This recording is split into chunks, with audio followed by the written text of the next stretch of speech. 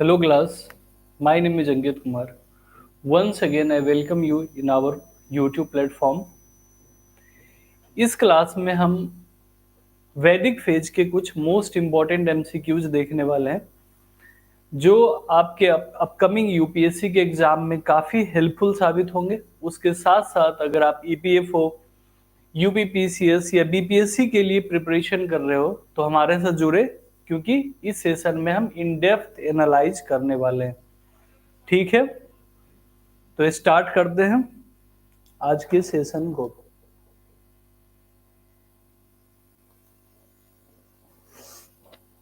चलो फिर स्टार्ट करते हैं।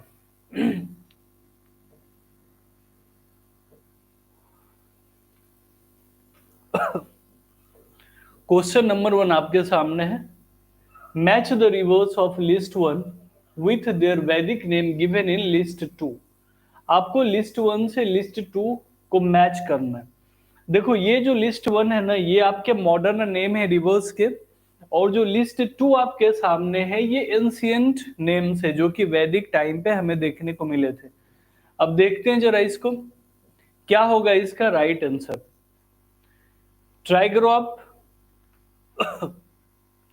देखो, सतलज को हम किस नाम से जानते थे? तो हम जानते थे सतुद्री के नाम से। तो ए का 2 कहीं पे आपको दिख रहा है क्या? देखो इस आंसर में ए का 2 कहीं पे आपको दिख रहा है क्या? अगर ए का 2 दिख रहा है तो बाकी को पढ़ने की भी जरूरत नहीं है। आपका टाइम देखो अच्छे से बच जाएगा। बिल्कुल सही है रितु जी, आपका आंसर इसका होगा ए ओनली। बाकी चीजों को भी देख लेते हैं। सतलज का पुराना नाम क्या था? यह है सतुद्री। ब्यास का पुराना पुराना नाम क्या है? वैदिक नाम क्या है ब्यास का? It's called बीपस। रावी का अगर आपसे पूछा जाए तो क्या है? परुष्णी। एंड चेनाब के बारे में पूछा जाए तो क्या होगा? वो असिकिनी। ठीक है, समझ आ गया यहां पे आपको? अगले सवाल पे चले।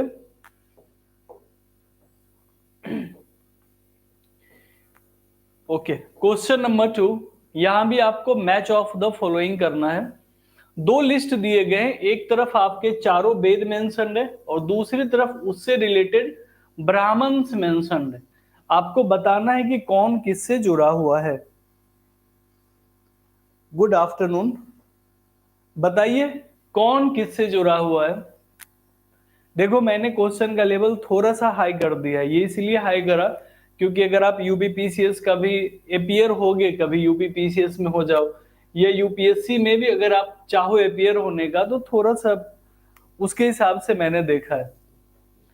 एक आंसर आया है हमारे पास नील सिंह का डी।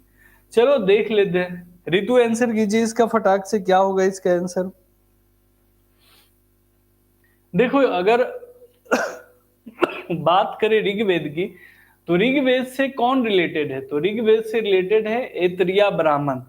और ऐतरेय ब्राह्मण देखो, ए का 3 आपको कहां कहां दिख रहा है? क्या बात है, बिल्कुल सही आपने आंसर किया। ए का 3 आपको कहां दिख रहा है? सिर्फ एक ही जगह तो दिख रहा है। अगर यहां दिख रहा है तो आप बाकी सबको इलिमिनेट करके राइट आंसर आप क्या लगाओगे? B only. देखो, इलिमिनेशन टेक्निक इसीलिए होता है कि आप चीजों को, आपको टाइम ज्यादा नहीं देना है, इसीलिए हम प्रैक्टिस करते हैं कंटिन्यू। ठीक है, अभी ऋग्वेद का अगर ऐतरेय ब्राह्मण है तो बाकी को भी हम देख लेते हैं एक बार। तो यजुर्वेद किससे रिलेटेड है? तो यजुर्वेद किससे है? सतपथ ब्राह्मण से। सामवेद की अगर बात करें तो सामवेद किससे है? तो तांडी ब्राह्मण से।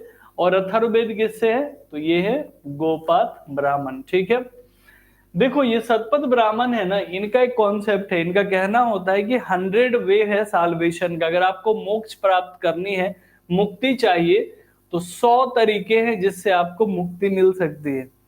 और इसी सतपथ ब्राह्मण के अंदर एक कॉन्सेप्ट है कि अगर आपको मोक्ष चाहिए तो ये देखो, ये 4 डायरेक्शन है ना, east, west, north and south.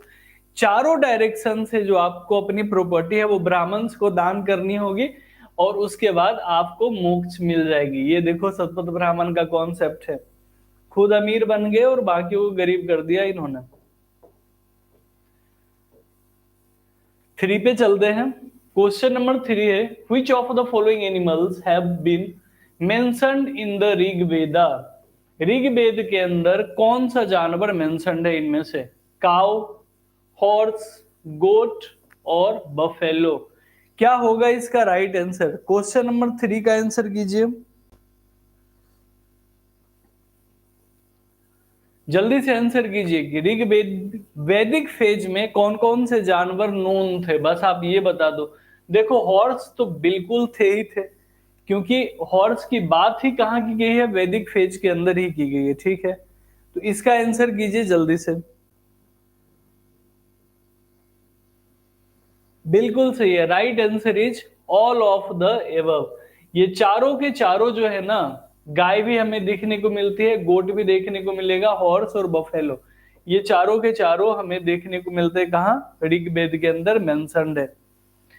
Horse को अश्व बोला गया है ऋग्वेद के अंदर ना, अश्व वर्ड जो है वो हॉर्स के लिए 250 समथिंग है, 251 256 समथिंग कुछ है। बहुत ज्यादा बार हॉर्स के बारे में वहां पे बात की गई है। क्वेश्चन नंबर 4 को देखते हैं। देखो घबराना नहीं, आज के क्वेश्चंस को देख के थोड़ा सा मैंने क्वेश्चन का लेवल बढ़ाया है, क्योंकि वन लाइनर करवाते करवाते मैं भी बोर हो गया था, ठीक है। क्वेश्चन नंबर 4 का आंसर कीजिए। आपको मैच करवाना है, एक तरफ वेद है, दूसरी तरफ उपनिषद है, मैच करवाइए कौन किससे रिलेटेड है। ऋग्वेद से कौन सा रिलेट करेंगे? आंसर कीजिए जल्दी से।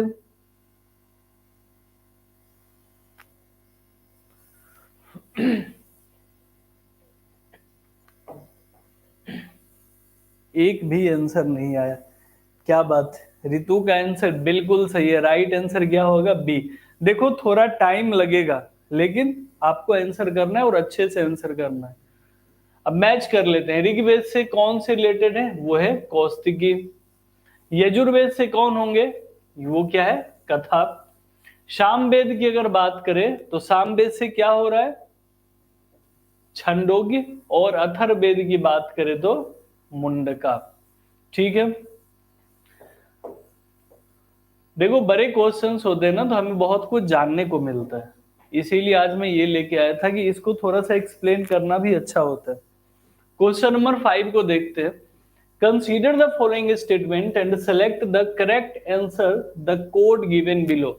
एसर्शन में क्या कहा जा रहा है कि Vedas are known as Shruti. Vedas को श्रुति कहा गया है, ठीक है। रीजन क्या है? Vedas have been passed on from one generation to another through verbal transmission. अब क्या होगा इसके हिसाब से आपका आंसर?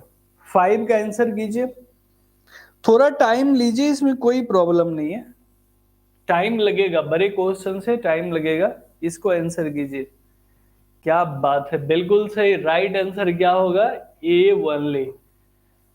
श्रुति वेदों को स्टार्टिंग में क्या होता था ना, कि लिखा तो जाता नहीं था चीजों को, तो क्या होता था कि एक जनरेशन से दूसरे जनरेशन को हम सुनाते थे, और इतनी बार उनको बताया जाता था वो चीजें कि उनको याद हो जाती थी।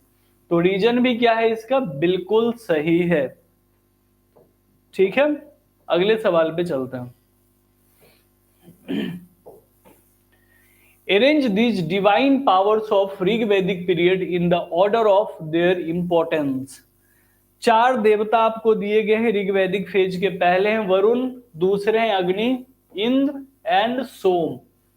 अब इनको क्रोनोलॉजी में आपको बताना है कि सबसे पावरफुल कौन है और सबसे लेस पावरफुल कौन थे इनमें से। आंसर कीजिए इसका।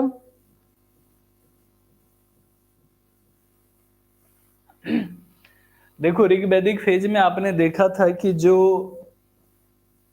इंद्र थे, तो इंद्र को क्या बोला जाता था? इंद्र को बोला जाता था destroyer of the forts. Thunder के गॉड थे, तो सबसे ज्यादा वैल्यू किसकी थी? इंद्र की थी। अब आप देखो इनमें से फर्स्ट पोजीशन पे कहां पे 3 दिख रहा है? तो 2 पे दिख रहा है ना आपको, तो ये दोनों तो पहले ही इलिमिनेट हो गए। अब आंसर करो इसका। नील सिंह, आपका आंसर गलत है, बी नहीं होगा इसका, सी या डी में से कुछ आंसर होना चाहिए। आप एक बार देखो, बिल्कुल सही कहा है रितु ने। इंद्र को लेके 250 हिम्स मेंशन्ड है कहा, ऋग्वेद के अंदर। इंद्र के बाद कौन आएंगे? इंद्र के बाद सबसे जो पावरफुल थे वो कौन थे? अग्नि थे। देन वरुण होंगे, देन सोम होंगे। तो 3214 कहां दिख रहा है? तो राइट आंसर हो गया आपका सी। अगर आपको पूछा जाए कि इंद्र को लेके कितने हिम्स मेंशन्ड है, तो जैसा कि रितु ने बताया है कि टोटल 250 हैं। और अगर बात की जाए अग्नि को लेके, तो अग्नि को कितने डेडिकेटेड हिम्स है? तो वो हैं 200। ठीक है, आगे चले।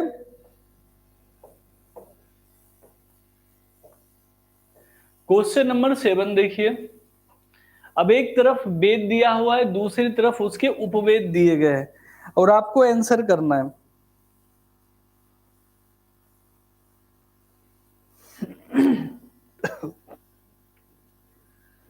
ऋग्वेद का उपवेद कौन सा होगा? अगर ऋग्वेद के हम उपवेद की बात करें, तो ऋग्वेद का उपवेद क्या है? तो ऋग्वेद का जो उपवेद है वो क्या है? वो है आयुर्वेद।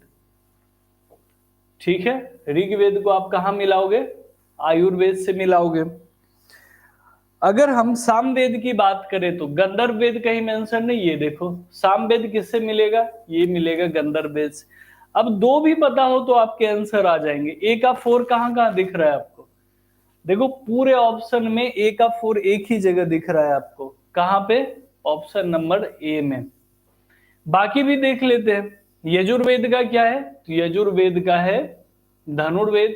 और अथर्ववेद का क्या है? तो अथर्ववेद का है शिल्पवेद। ठीक है, देखो कितनी सारी आपको नॉलेज यहां से मिल रही है। थोड़ा सा बड़ा क्वेश्चन है, तो 4 के 4 पॉइंट इधर, चारों वेद भी मेंशन है, उनके उपवेद भी मेंशन हो जाते हैं। क्वेश्चन नंबर 8 को देखते हैं।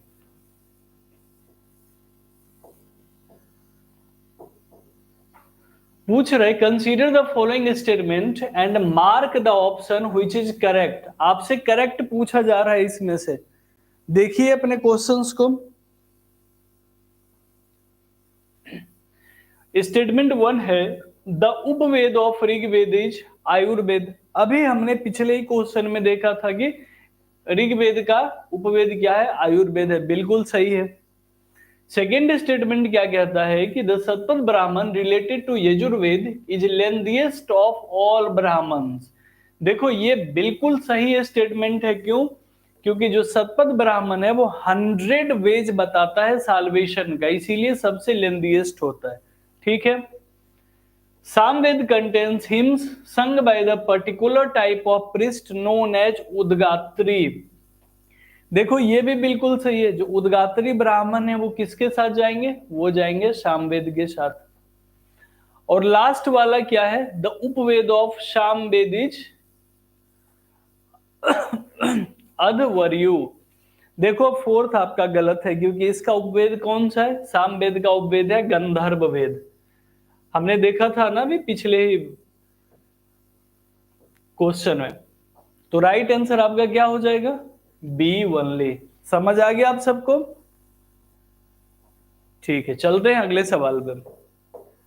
कैसा लग रहा है आपको आज का जो क्वेश्चन का लेवल है? क्या वो ठीक लग रहा है, या इससे हमें थोड़ा सा मॉडरेट करना चाहिए, या और हाई करें इस लेवल को? ये बताओ आप, लेवल कैसा लग रहा है आपको क्वेश्चन का आज का?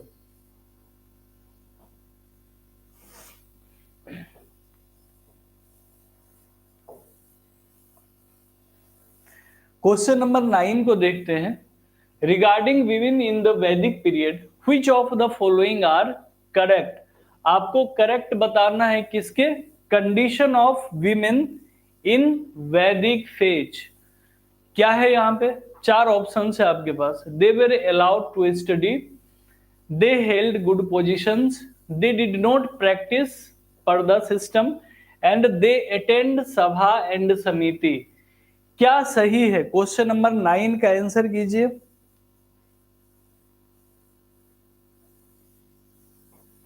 क्या होगा क्वेश्चन नंबर 9 का राइट आंसर? ठीक है, थोड़ा सा और बढ़ा देते हैं। क्वेश्चन नंबर 9 का आंसर कीजिए, क्या होगा इसका राइट? देखो क्या है कि दे अलाउड टू स्टडी, बिल्कुल हम कई सारी विदुषियों को जानते हैं जो हम वैदिक फेज में हमने देखा था, मैथिली, गार्गी जैसे। Held good position, obviously novels वगैरह होती थी तो गुड पोजीशन भी था। दे डिड नॉट प्रैक्टिस पर्दा सिस्टम, जो अगर हम अर्ली वैदिक फेज की बात करें तो वहां पे कोई भी पर्दा सिस्टम नहीं था। लेटर वैदिक फेज में क्या हुआ था, सोसाइटी रिजिड हुई थी, लेकिन पर्दा सिस्टम हो, इवन सती सिस्टम हो, वो भी हमें वहां देखने को नहीं मिला। दे अटेंडेड सभा एंड समिति, बिल्कुल करते थे।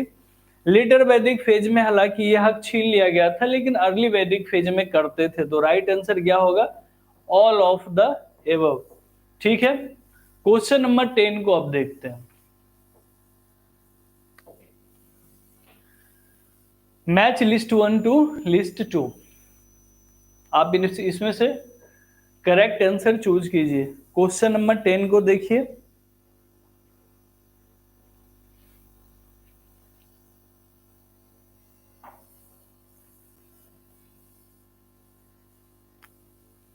क्या होगा इसका राइट आंसर क्वेश्चन नंबर 10 का? क्या बात है, बिल्कुल सही। राइट आंसर इसका होगा बी ओनली। अब एक बार देख लेते हैं। गोमती, बिल्कुल गोमती किसका नाम था पुराना?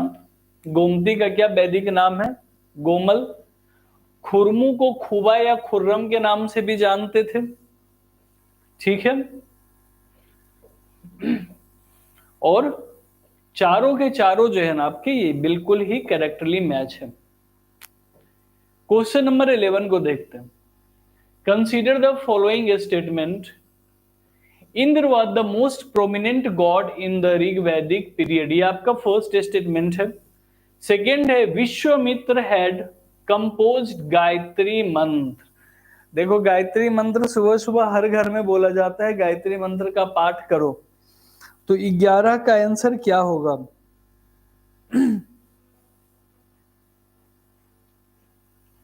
बताओ आप। क्वेश्चन नंबर 11 का आंसर कीजिए। क्या बात है, बिल्कुल सही है। Right answer is both statement are correct. ठीक है, इंद्र को आपको पता है कि इंद्र जो है सबसे प्रोमिनेंट थे, सबसे ज्यादा हिम्स भी अगर गॉड में बोला जाए तो इन्हीं को डेडिकेटेड थे। और विश्वामित्र ने कंपोज किया था किसका? गायत्री मंत्र का।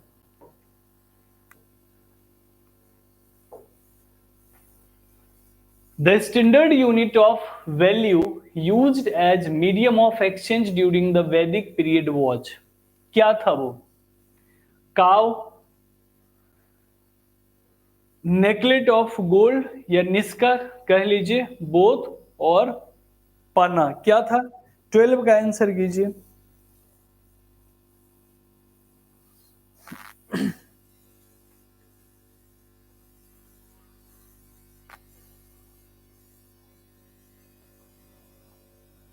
बिल्कुल सही, राइट आंसर आपका होगा सी। दोनों ही यूज हम करते थे। अच्छा, एक वर्ड वहां पे होता था वैदिक फेज में, दुहित्री। दुहित्री का मतलब क्या होता था? जो दुहित्री वर्ड हम वैदिक फेज में देखते हैं, इसका मतलब आप बताओ कि दुहित्री का मतलब क्या होता था?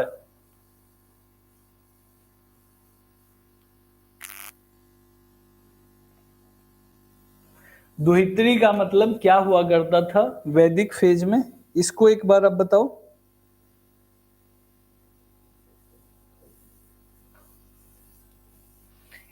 इसका मतलब पहला तो ये होता था कि जो, नहीं नहीं नहीं, काव को दुहित्री नहीं बोला जाता था। दुहित्री या तो डाउटर, दुहित्री बेसिकली डाउटर को बोला जाता था। और दुहित्री इसलिए बोला जाता था क्योंकि जो डाउटर्स होते थे उनका मेन काम क्या होता था कि गायों का दूध निकालना। तो इसीलिए इन्हें दुहित्री के नाम से जाना जाता था। ठीक है,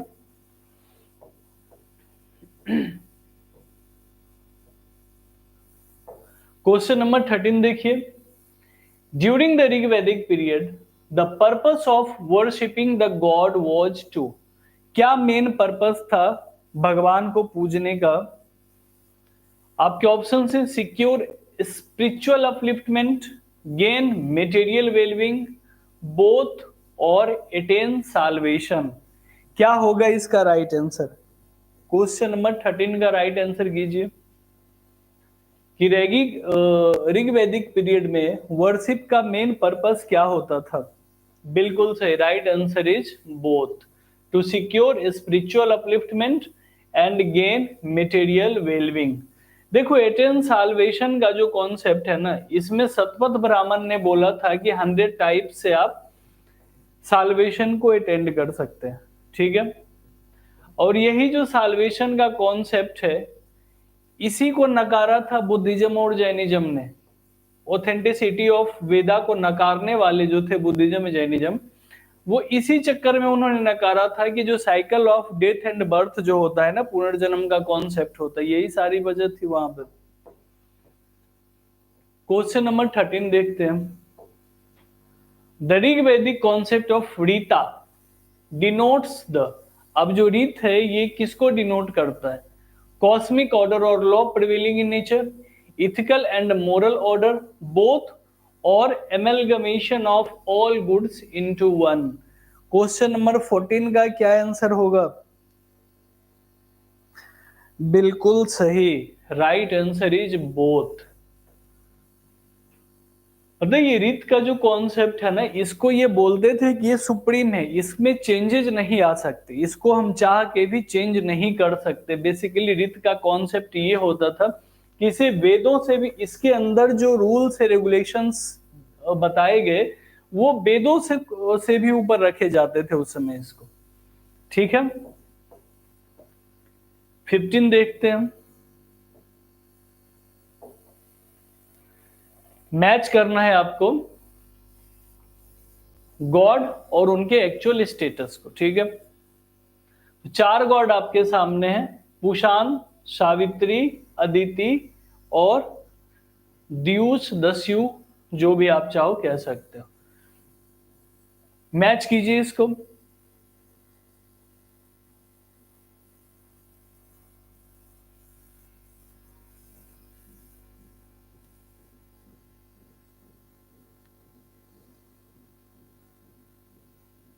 क्या होगा इसका राइट आंसर? मैच कीजिए फटाफट, जल्दी जल्दी मैच कीजिए। देखो यहां पे आपने थोड़ा सा गलत कर दिया। अब गलत क्यों किया? जो पुषान होते थे इनको गॉड ऑफ मैरिज के नाम से जाना जाता था। अब देखो ए का 4 आपको 2 जगह मिल रहा है, तो ये दोनों तो ऑलरेडी इलिमिनेट हो गए ना। अब आप बताओ ए और बी में से कौन सा राइट होगा? अब मैंने आपको हिंट दे दिया है। सावित्री को क्या बोला जाता था? सावित्री को गॉड ऑफ लाइट बोला जाता था। अदिति को मदर ऑफ सूर्य बोला जाता था। कौन सा मैच कर रहा है अब? राइट आंसर क्या होगा? वन वनले। हमने सुना था ना, सावित्री, उषा, अदिति, ये कुछ हमारे वहां पे फीमेल गॉडेस हमें देखने को मिले थे, अगर आपको याद हो चीजें तो। क्वेश्चन नंबर 16 को देखते हैं। Which of the following Vedic sages are said to have been देसी पुत्राज? Choose the correct answer. दसी पुत्र कह लीजिए, ये किनको बोला जाता था इन चारों में से? क्वेश्चन नंबर 16 का आंसर कीजिए।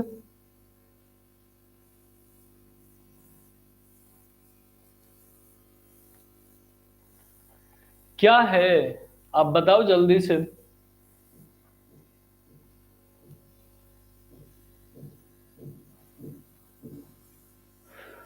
ये दासी पुत्र कह लो, ये जो है वैदिक सेजेस, ये हैं क्या? किसको बोला जाता है दासी पुत्र?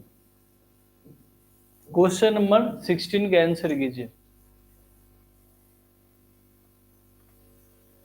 देखो एक ही है जो है ना,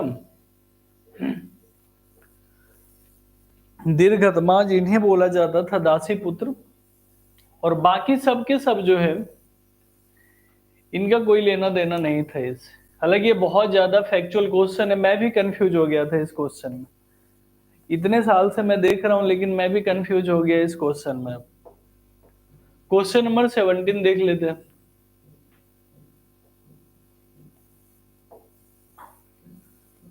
एसर्शन रीजन आपके सामने है।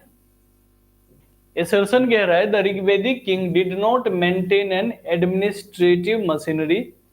ओरिजिन में बोला जा रहा है the Rigvedic economy could not support a large administrative machinery. क्या होगा क्वेश्चन नंबर 17 का, क्या होगा आंसर?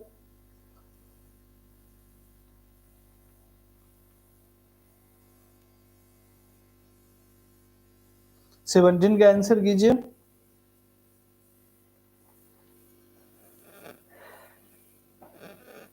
देखो ऋग्वैदिक कल्चर जो था, ऋग्वैदिक कल्चर में हमने क्या देखा था? ऋग्वैदिक कल्चर में ये अर्ली, ऋग्वेद कहाँ था? अर्ली फेज में था। और अर्ली फेज की अगर हम बात करें तो अर्ली फेज में आयरन की डिस्कवरी नहीं हुई थी। आयरन की डिस्कवरी हमने कब देखा था? वो हुआ था लेटर वैदिक फेज में। तो जब लेटर वैदिक फेज में आयरन की डिस्कवरी होगी उसके बाद ही तो एग्रीकल्चर फ्लोरिश होगा। तो आपने बी जो लगाया ये आपका बिल्कुल ही गलत है। इसका राइट आंसर होगा ए वनली। क्यों? क्योंकि एडमिनिस्ट्रेशन को चलाने के लिए जो रिसोर्सेस चाहिए वो इनके पास नहीं थे। और वो क्यों नहीं थे? क्योंकि इकोनॉमी जो उस समय थी फ्लरिश नहीं कर रही थी। पास्टोरल लाइफ ये लोग जी रहे थे, एक जगह से दूसरे जगह जाते रहते थे। लेटर वैदिक फेज में हम ये देखेंगे कि जब आयरन की डिस्कवरी हो जाएगी तब ये क्या करेंगे कि सेटलमेंट में आएंगे। ठीक है, समझ गए आप? कितना आसान सा सवाल था, आपने यहां पे मिस्टेक कर दिया। क्वेश्चन नंबर 18 को देखिए, आपके सामने है।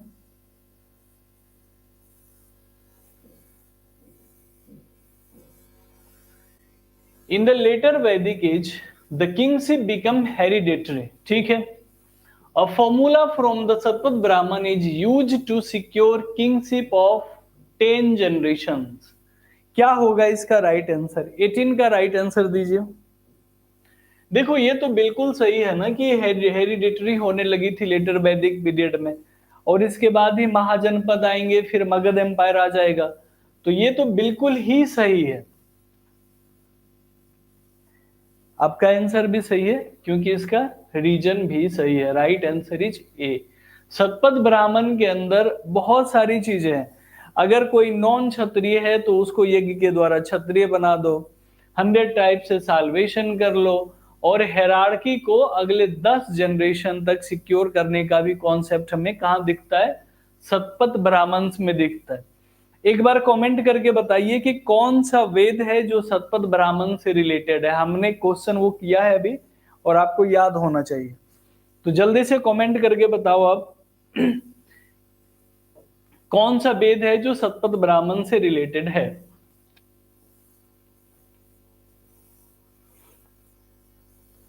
क्वेश्चन नंबर 19 को देखते हैं। The later Vedic people gradually left their pastoralist and semi-nomadic subsistent strategies। ठीक है, बोल रहा है कि जो लेटर वैदिक पीरियड है ना, इन्होंने पास्टोरल लाइफ जो है इसको पीछे छोड़ दिया था। ठीक है, आपका रीजन क्या बोल रहा है कि the importance of agriculture as a means of livelihood grew rapidly during the later Vedic phase. मैंने देखो अभी आपको समझाया था पिछले ही क्वेश्चन में कि आयरन की डिस्कवरी होती है लेटर वैदिक फेज में। बहुत सारे पेड़ों को काटा जाएगा यहाँ पे, और जब पेड़ों को काटा जाएगा तो एग्रीकल्चर लैंड बनेंगे, और उसी एग्री लैंड पे क्या होगा कि ये कल्टीवेशन शुरू करेंगे और फिर इनकी इकोनॉमी फ्लरिश हो जाएगी वहां पर। तो क्या होगा इसका राइट आंसर? एबीसीडी आपके सामने है, आंसर कीजिए। देखो ये तो बिल्कुल ही करेक्ट स्टेटमेंट है ना कि लेटर वैदिक पीरियड में हमने सेटलमेंट देखा एक अच्छे खासे लेवल पे। और उसका रीजन क्या था? उसका रीजन ये था कि एग्रीकल्चर का इंपॉर्टेंस बढ़ गया था वहां पे। समझ आ गया? यही हमने पिछले क्वेश्चन में भी डिस्कस किया था जहां पे आप कंफ्यूज हो गए थे। तो राइट आंसर क्या है आपका? A only. क्वेश्चन नंबर 20 को देखते हैं।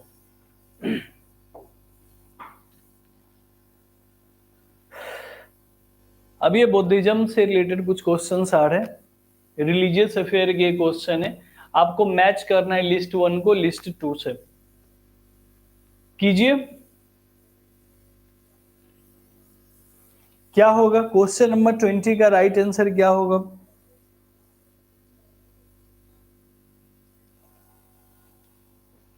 देखो, अभिधम्म पिटक की बात करें तो अभिधम्म पिटक हमने कहां पे देखा था? तो थर्ड बुद्धिस्ट काउंसिल में हमने देखा था। कहां देखा था? थर्ड बुद्धिस्ट काउंसिल में। ठीक है। अगर हम सुत्त पिटक की बात करें तो सुत्त पिटक के अंदर क्या मेंशन्ड है, ये बताओ आप। सुत्त पिटक के अंदर मेंशन्ड है matters of doctrine, Pitaka and ethics. तो बी का 1 आपको कहां कहां दिख रहा है? देखो 3 ऑप्शंस में बी के 1 है, एक ये इलिमिनेट हो गया यहां से। आगे देखो, जब हम विनय पिटक की बात करेंगे तो विनय पिटक के अंदर क्या है? विनय पिटक के अंदर रूल्स मेंशन्ड है। ठीक है। विनय पिटक के अंदर क्या है? रूल्स मेंशन्ड है। सी का 2 आपको कहां पे दिख रहा है? बिल्कुल सही। राइट आंसर क्या हो जाएगा? D only. और भी देख लेते हैं, छोड़े क्यों हम। महासंघिका क्या है? तो महासंघिका है मेंबर्स ऑफ ग्रेट कम्युनिटी। ठीक है। आगे चले।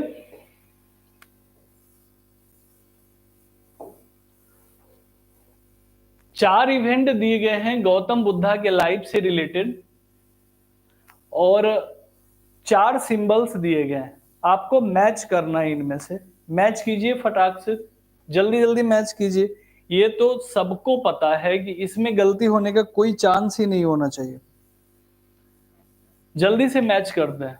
बर्थ क्या होगा? बर्थ का क्या है? Lotus and bull. ठीक है। फर्स्ट सेरेमोनी इन्होंने कहां दिया था? सारनाथ में दिया था।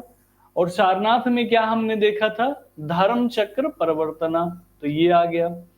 अगर 2 3 कंटिन्यू कहां दिख रहा है? बी के अंदर। बिल्कुल सही रितु, आपका आंसर बिल्कुल सही है। ऐसे ही आप मेहनत कंटिन्यू करती रहो। आप निर्वाणा का हमें कहां पे दिखेगा? स्तूप के अंदर। ठीक है। सबसे ज्यादा स्तूप किसने बनवाया था इंडिया के अंदर? तो अशोका ने बनवाया था। लेकिन अगर स्तूपा की ओरिजिन की बात की जाए तो सबसे पहले ये हमें कहां देखने को मिला था? तो ये हमें वैदिक फेज में देखने में को मिला था। ठीक है। और परिनिर्वाण की अगर बात करें, सॉरी सॉरी सॉरी, हमने यहाँ पे थोड़ा सा वो कर दिया मिस। हाँ, परिनिर्वाण होगा स्तूपा, और निर्वाण क्या हो जाएगा? बोधि ट्री हो जाएगा। निर्वाण मतलब केवल ये प्राप्ति कह लो, या एक इनलाइट होना कह लो। ठीक है। क्वेश्चन नंबर 22 को देख लेते हैं। इसमें भी आपको मैच करना है लिस्ट 1 को लिस्ट 2 से। मैच कीजिए, देखिए कर पा रहे हैं या नहीं कर पा रहे हैं।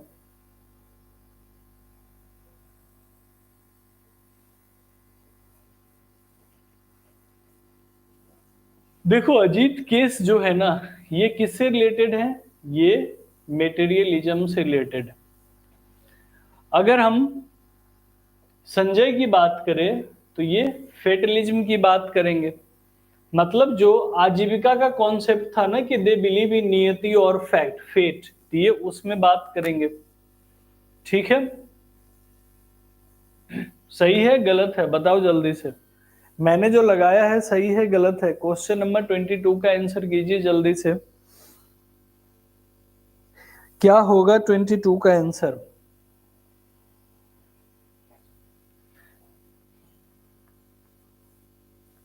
ये देखो, ये बिल्कुल सही है। जो संजय है ये किससे रिलेटेड है? ये मेटेरियलिज्म से रिलेटेड है। ये रहा आपका ए इज द राइट आंसर। कुछ सवाल ऐसे होते हैं कि जिसको देखने के बाद मैं खुद कंफ्यूज हो जाता हूँ। अच्छा, क्वेश्चन मेरा कभी सही नहीं होता, 22 नंबर कभी सही नहीं होता।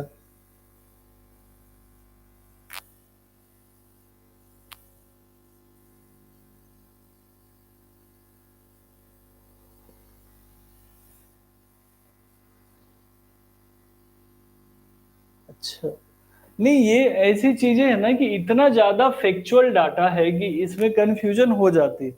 अगर आप इसको कंटिन्यू अगर आप नहीं देख पा रहे हो तो इसमें आपको कंफ्यूजन होना ही होना है, बहुत ही ज्यादा फैक्चुअल डाटा है। मैं खुद कंफ्यूज हो जाता हूँ कभी कभी ऐसे सवाल जब देखता हूँ, तो मुझे कभी लगता है कि क्या ये सच में हिस्ट्री के पार्ट है। ये होते हैं कभी कभी, हर एक इंसान के साथ ऐसा फेज आता है।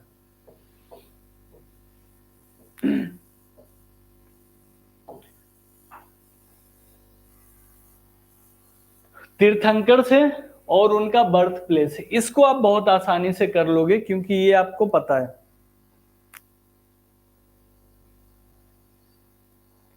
क्वेश्चन नंबर 23 को देखिए एक बार।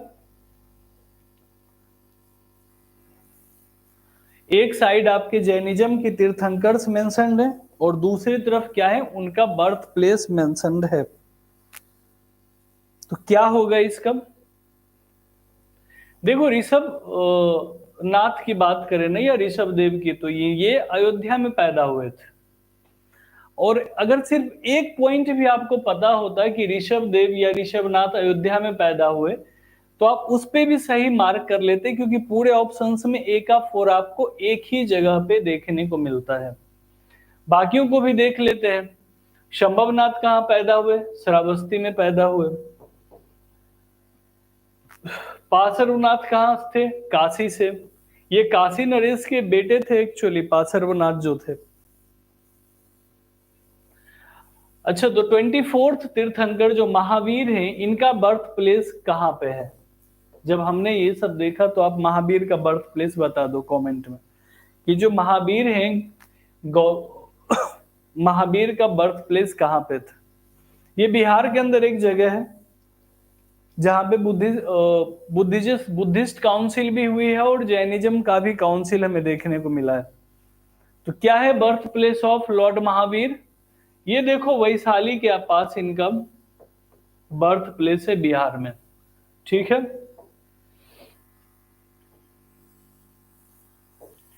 क्वेश्चन नंबर 24 को देखते हैं। Arrange in a chronological sequence the following words verses of Gautam Buddha during the first decade of his enlightenment। अब आपको बताना है कि कहां से कहां तक गए थे, सबसे पहले कहां जाएंगे, उसके बाद कहां जाएंगे।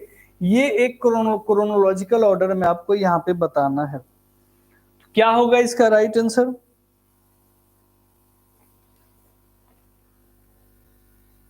देखो, सबसे पहले वो जाएंगे ऋषि पट्टनम। इसके बाद कहां जाएंगे? इसके बाद वो पहुंचेंगे राजगीर। राजगीर के बाद कहां जाएंगे? राजगीर के बाद जाएंगे वैशाली। और सबसे लास्ट में कहां जाएंगे? कौशाम्बी। तो राइट आंसर क्या हो गया आपका? D only. गौतम बुद्ध के लाइफ से रिलेटेड प्लेसेस को बहुत बार एग्जाम में पूछा जाता है। तो जैसे अगर आपसे पूछ लिया जाए कि क्या गौतम बुद्ध कभी उज्जैन गए थे क्या?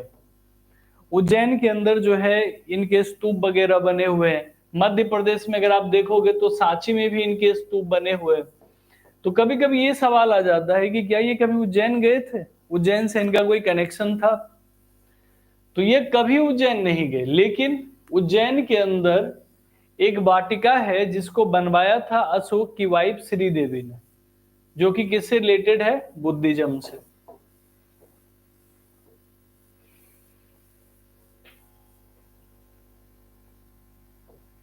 फिर से वही क्वेश्चन है। देखो, एक तो हमें याद होना चाहिए कि पार्श्वनाथ कहाँ पैदा हुए थे? वो काशी में हुए थे। अब डी का 1 कहाँ है? दो जगह आपको मेंशन है। अब एक बार एलिमिनेट कीजिए इसको, समझिए, आंसर करने की कोशिश कीजिए। 25 का इसका राइट आंसर क्या हो जाएगा? देखो अजीनाथ कहाँ थे, वो अयोध्या के थे। तो 4 और 1 कहाँ दिख रहा है आपको, एक ही जगह दिख रहा है, राइट आंसर डी है। बिल्कुल सही है रितु आपका आंसर, आपने पहले इस बार मार्क कर दिया। क्वेश्चन नंबर 26 को देखते हैं। एसर्सन रीजन आपको दिए गए। एसर्सन कहता है कि life scene of Gautam Buddha are represented in the Sanchi art. ठीक है, रीजन बोल रहा है कि Sanchi was intimately connected with the life of Gautam Buddha. देखो मैं एक चीज बता देता हूं कि सांची में जो स्तूप है, स्तूप के चारों तरफ 4 दरवाजे हैं, ईस्ट वेस्ट नॉर्थ साउथ में अगर हम बात करें ना, तो 4 दरवाजे दरवाजे आपको मिलेंगे, जिसको तोरण द्वार बोला जाता है। और इन दरवाजों के ऊपर जो है वो डिपिक्टेड है क्या, 550 previous birth of Gautam Buddha. तो क्या होगा इसका राइट आंसर 26 का। देखो मैंने आधी चीजें आपको एक्सप्लेन कर दिया है पहले ही।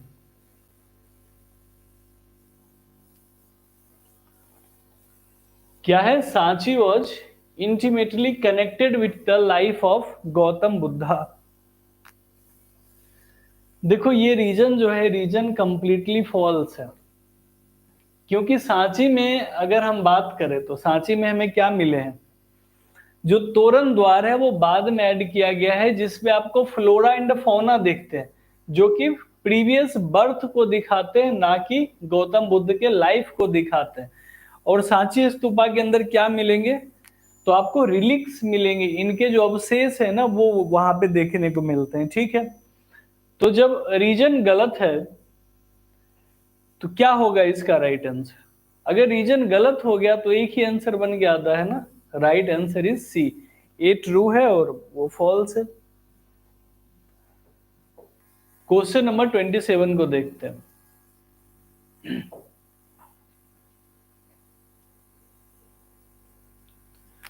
When Tishan spent about 2 years in Kashmir in the pursuit of Buddhist text, reason आपसे दे रहा है कि Kashmir was a renowned centre of Buddhist learning at that time. देखो अगर ये कनिष्क के टाइम की बात कर रहा है तो फोर्थ बुद्धिस्ट काउंसिल आपने देखा कि कुंडलवन कश्मीर में हुई थी, जिसमें हीनयान और महायान दोनों अलग अलग हो जाते हैं। अब आप बताओ इसमें से इसका राइट आंसर क्या होगा। देखो मैं कभी कभी जो चीजें बोलता हूं ना वो थोड़ा आपको कंफ्यूज करने के लिए भी बोल देता हूं। बिल्कुल सही है आपका right answer, both are correct. And जो सेकंड है ये ट्रू एक्सप्लेनेशन है। ये किसका दौर होता है, ये कनिष्क का दौर होता है। उसी के टाइम पे हुएंटी सांग इंडिया आएंगे और कुंडलवन कश्मीर में आप देखोगे कि फोर्थ बुद्धिस्ट काउंसिल ऑर्गेनाइज होगी एंड फाइनली हीनयान और महायान दो सेक्ट में बुद्धिज्म वहां से ब्रेक हो जाएगी। क्वेश्चन नंबर 28 को देखते हैं। एसर्सन में कह रहा है आपसे कि Gautam Buddha spent the maximum number of rainy seasons of Shravasti. और रीजन में बोला जा रहा है कि Prasenjit the ruler of Kosala and Gautam Buddha were of the same age.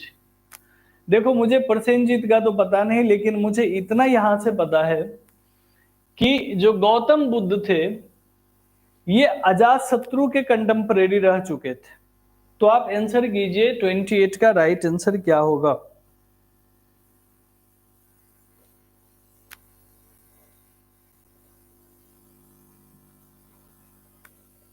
देखो Gautam Buddha spend the maximum number of rainy seasons of Shravasti. देखो ये बिल्कुल सही है, ठीक है। सेकेंड रीजन क्या दे रहा है कि Prasenjit the ruler of Kosala and Gautam Buddha were the same age. चलो एक बार के लिए मान लिया कि ये स्टेटमेंट करेक्ट है। अगर ये सेम एज के हैं भी तो इस रीजन का इस एसर्शन से कोई लेना देना आपको दिख रहा है? बिल्कुल नहीं दिख रहा है, इसीलिए राइट आंसर क्या हो जाएगा, डी ओनली। मोस्टली टाइम अगर आप यूपीएससी के एग्जाम में अपियर हुए तो आपको पता है कि जो रीजन है वो फ्री में आपको परेशान करने के लिए वहां पे दे दिया जाता है, जबकि उनका कोई लेना देना ही नहीं होता है सर्सन वाले पार्ट से। क्वेश्चन नंबर 29 को देखिए। जैन तीर्थंकर से एक साइड, और दूसरे साइड क्या है कि दूसरे साइड उनके सिंबल्स दिए गए हैं कि आपको मैच करना है।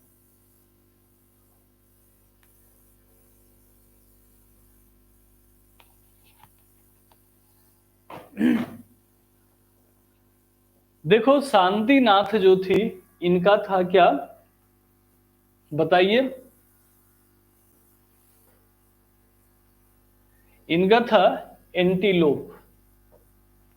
ए का 1 हो जाएगा। अगर हम मालीनाथ की बात करें तो इनका क्या था, इनका था वाटर जार। पार्श्वनाथ की बात करें तो इनका क्या था, सरपेंट हेड या स्नेक हेड भी कहते हैं। और महावीर को बब्बर शेर के नाम से जाना जाता था, इनका सिंबल क्या था, लायन था। तो राइट आंसर क्या हो जाएगा आपका, डी वनली। देखो महावीर जहां पे भी है वहां पे लायन दिखेगा। एक कहावत है ना, शेर अकेला चलता है। तो यहीं पे आप समझो कि शेर अकेला वाला जो कॉन्सेप्ट है, तो ब्रह्मचर्य या चेस्ट लिविंग का जो कॉन्सेप्ट था वो किसने दिया था, वो महावीर ने दिया था, जो कौन थे, 24th तीर्थंकर थे। ठीक है, ओके। क्वेश्चन नंबर 30 को देखते हैं। Who among the following teachers were visited by Siddharth Gautam in the quest of knowledge before his enlightenment? देखो गौतम बुद्ध बहुत भटके थे एक जगह से दूसरे जगह। आपसे पूछा जा रहा है कि कौन कौन उनके गुरु बने थे इस, जब वो ऐसे भटक रहे थे ना सर्गों पे एनलाइटमेंट के लिए, तो किन लोगों से मिले थे, आप बस ये बता दो। देखो इसको तो आप काट दो सबसे पहले। क्यों, क्योंकि निगंथा नटापुटा जो है, निगंथा किसको, जैनिज्म का कॉन्सेप्ट है, ये बोला जाता है महावीर को, तो इलिमिनेट हो गए। ये इलिमिनेट हुआ तो ये भी चला गया, ये भी चला गया। आपके पास दो ऑप्शंस बचा है। मखाली गौशाला की बात करें तो ये थर्ड इन रो थे, किसके, आजीवक को प्रमोट किया था इसने, इन्होंने आजीवक सेक्ट को प्रमोट किया था, तो ये भी इनकरेक्ट हो गया। राइट आंसर क्या है आपका, डी 1 एंड 2 ओनली। ठीक है, बिल्कुल सही आपने आंसर किया है 30 का। तो ये थे आज के सेशन के 30 क्वेश्चंस। आई होप आपको ये सेशन पसंद आया होगा। तो हमारे साथ इसी तरह जुड़े रहिए। अब हम आई थिंक आपसे ट्यूसडे को मिलेंगे, क्योंकि अब होली वगैरह है, तो होली की भी आपको ढेर सारी शुभकामनाएं। अच्छे से होली वगैरह खेलिएगा, ज्यादा रंग वंग मत लगाना, और भांग वांग का नशा कोई नहीं करेगा, मैं पहले बता देता हूँ, बहुत गंदा नशा होता है।